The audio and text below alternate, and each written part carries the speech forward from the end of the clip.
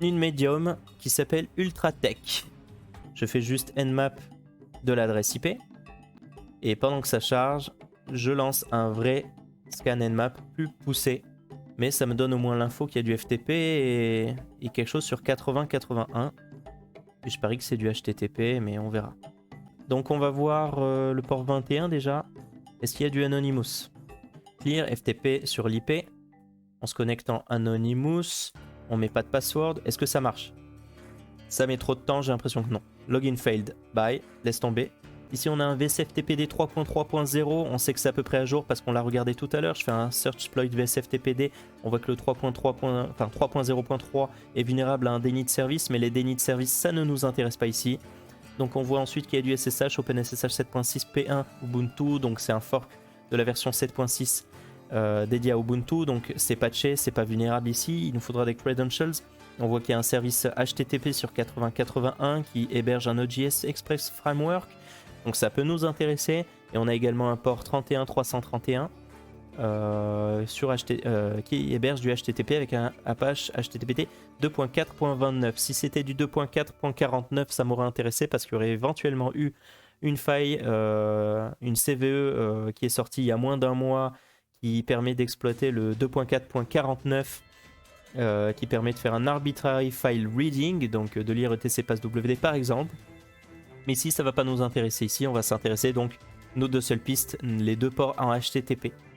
Donc ici, on a Ultratech API v.1.3. Donc j'ai envie de faire un Google de ça pour voir si quelque chose de vulnérable ou pas. Je vais rajouter le mot exploit pour voir si c'est quelque chose de vulnérable. A priori, c'est pas un outil connu, donc ce serait un outil custom. Donc on trouvera rien ici. J'ai envie de lancer un GoBuster. Donc GoBuster, dire pour brute forcer tous les répertoires, du site -u pour préciser l'URL, -w pour préciser la word list, -t, je vais rajouter des threads, je vais en mettre 80 et ça devrait aller. Et pendant que ça charge, je vais m'intéresser à l'autre port qui héberge un HTTP. Donc ça sera cette même IP mais sur le port 31331. Je vois qu'il y a un autre service HTTP qui héberge le site Ultratech. J'ai envie de lancer un GoBuster là-dessus aussi. Pendant que l'autre GoBuster tourne, je regarde, je vois qu'il y a un /host et un /ping sur la première IP. Sur la première URL, pardon. /ping, qu'est-ce que ça donne? Pendant que ça charge, je regarde /host. /ping, on a un cannot read property replace. On a une erreur, on a un full pass disclosure. C'est intéressant, je vais le noter. Un autre pass ici. Node, donc c'est intéressant, je vais le noter. Voyons, /host, you must specify a login and a password. Ouais, mais tu m'as rien demandé. Donc est-ce que je peux faire login égale A and password égale ABB? Invalid credentials. Ok. Bon ben facile hein. Si je fais user... Ouais, merci Heywiz pour ton sub. Merci Heywiz. Super cool, merci. C'est sympa. Maintenant que tu me parles de SQLi, j'ai envie de voir s'il n'y en a pas une. On sait pas vraiment s'il y en a une. Je vais essayer de faire un or A égale A comme ça. Donc pour essayer de faire ce qu'on appelle une SQL injection. Hein. J'espère que tout le monde sait à peu près ce que c'est. Mais en gros, on casse la syntaxe normale et légitime du SQL. Par exemple, il va récupérer le champ password et il s'attend à un BBB et puis ensuite il ferme son quote et il espère que tout le reste de sa requête SQL se passe bien. Mais nous, on ferme nous-mêmes le quote et ensuite on rajoute des choses. Par exemple, je peux faire or 1 égale 1, c'est le payload le plus connu. Je rajoute un dièse, moi j'aime bien dièse. Il y en a qui préfèrent un tiret, espace tiret, mais... En gros, on commente le reste de la requête SQL pour pas que ça n'interfère avec notre payload. Mais ici, dans notre cas, ça ne marche pas. Donc pour faire du SQL map sur une URI, une URL, c'est facile. On fait SQL map-u suivi de l'URL. Et voilà. -batch parce que je veux pas qu'il me pose de questions. -level 5. -risk 3 pour utiliser le niveau max des capacités de SQL map. Sont du coup plus longues. -threads 10 pour que ça aille un peu plus vite. Et il y a un souci. Alors qu'est-ce qui va pas? Je crois que c'est le e commercial qui va pas. Je vais plus toucher. Mon terminal a un peu bugué. Bon, il est en train d'injecter. On va le laisser comme ça. Ok. Je vais retourner sur l'autre site. Je vais essayer de regarder robots.txt. Il y a un robots.txt, mais c'est un sitemap. Ça m'intéresse généralement pas. Voyons quand même ce qu'il y a dedans. Ok, ça m'intéresse, peut-être. On a un index.html, ok. On a un what.html. Qu'est-ce qu'il y a là-dedans? What we are doing, ça m'intéresse pas trop. Et partners. Ouais. Clean your login password. Il faut se connecter. Je sais pas, admin. Au pif. Invalid credentials. Ah, ça s'authentifie sur cette même page. D'accord. Intéressant. Si c'est real life, on devrait pas regarder le code source, je suppose, du coup. Donc, on a ce champ. Moi, je sens que SQL Maps, c'est une option intéressante. Ici, on n'arrive pas à lire la propriété replace, donc j'ai envie de faire point d'interrogation replace égale AAA pour voir si ça marche mieux. Une REST API, qu'on appelle aussi RESTful API, c'est une API, donc Application Programming Interface, qui se contraint à l'architecture REST. Donc c'est un style d'architecture qui permet de définir des standards d'interaction pour des API. Je vais m'intéresser, ah oui, j'avais pas fini, il y avait Alvaro aussi. Il y avait un autre user, il y avait François le Mytho, Paco, avec un 0. Il y a un mec qui s'appelle Alvaro. Alors, API.js. Ah, ping IP égale window.location hostname. Je suis curieux de retourner sur ping et que je fasse IP égale 127.0.0.1. Oh! Si maintenant je fais un TCP dump-itune0 ICMP et que je refais un ping, mais cette fois vers mon IP à moi. J'ai eu le ping. Est-ce que ça me sert à quelque chose? Si c'était... Alors, est-ce que ça me sert à quelque chose? Non, pas comme ça.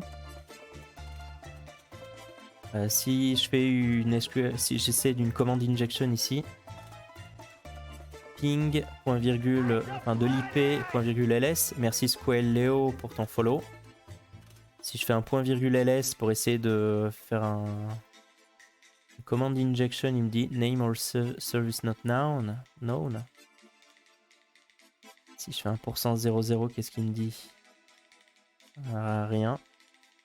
Si je fais un pipe ls, non, il aime pas. Un and ls,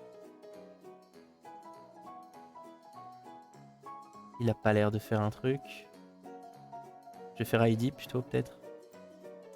And id, non, il y a rien. Si je fais un... C'est curieux ça, l'IP là. C'est curieux quand même, vous avez vu, il y a une fonctionnalité pour pinguer des trucs quoi. J'ai une idée là. La commande IP elle ressemble à ça. Si je mets 127.0.0.1, il me mettra comme ça.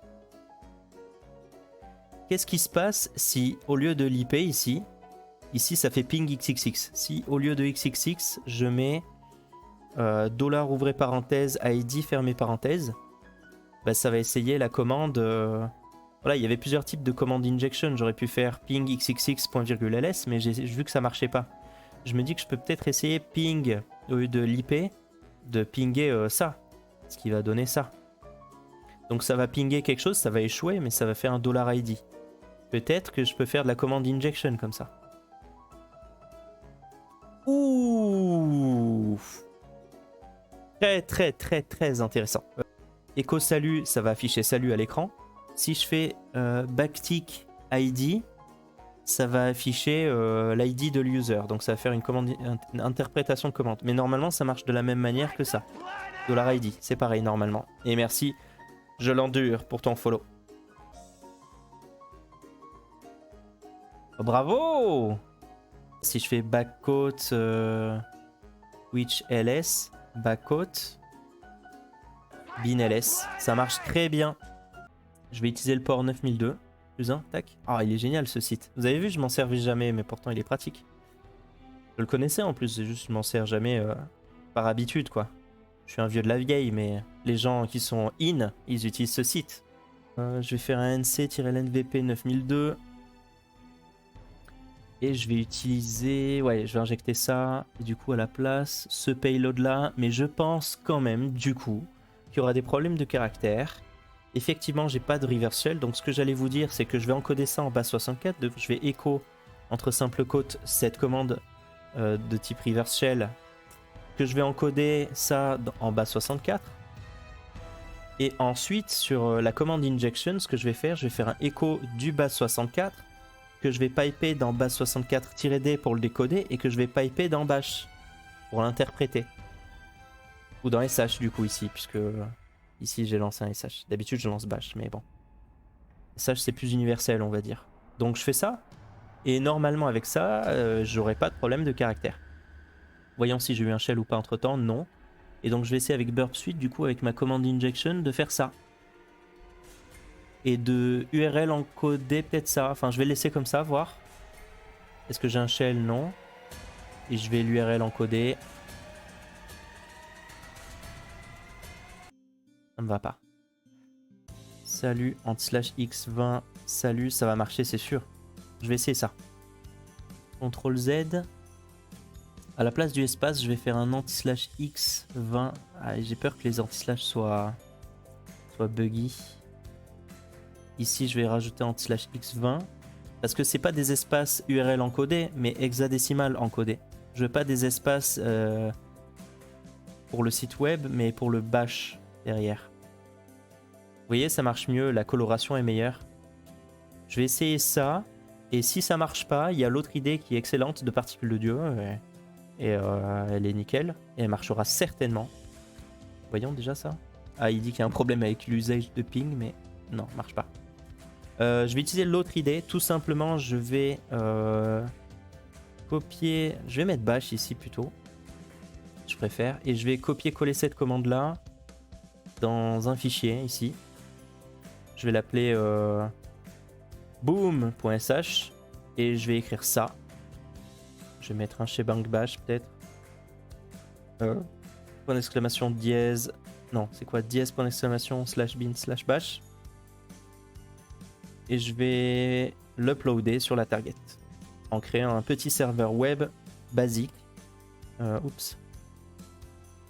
Pour que la cible puisse venir le récupérer. Donc depuis la cible, je vais faire une commande injection pour dire wget de ça, de http ça /boom.sh. Je sais pas si ça a marché, mais voyons si ça a marché. Non, ça n'a pas marché, sinon mon serveur web l'aurait affiché là. Je vais l'URL encoder pour voir si ça marche pas mieux. Ça a marché, getboom.sh. Donc le URL encodé marchait très bien comme ça. Il dit que ping, ça a l'air de bugger. Ah, boom saved, il affiche quand même saved. Ok.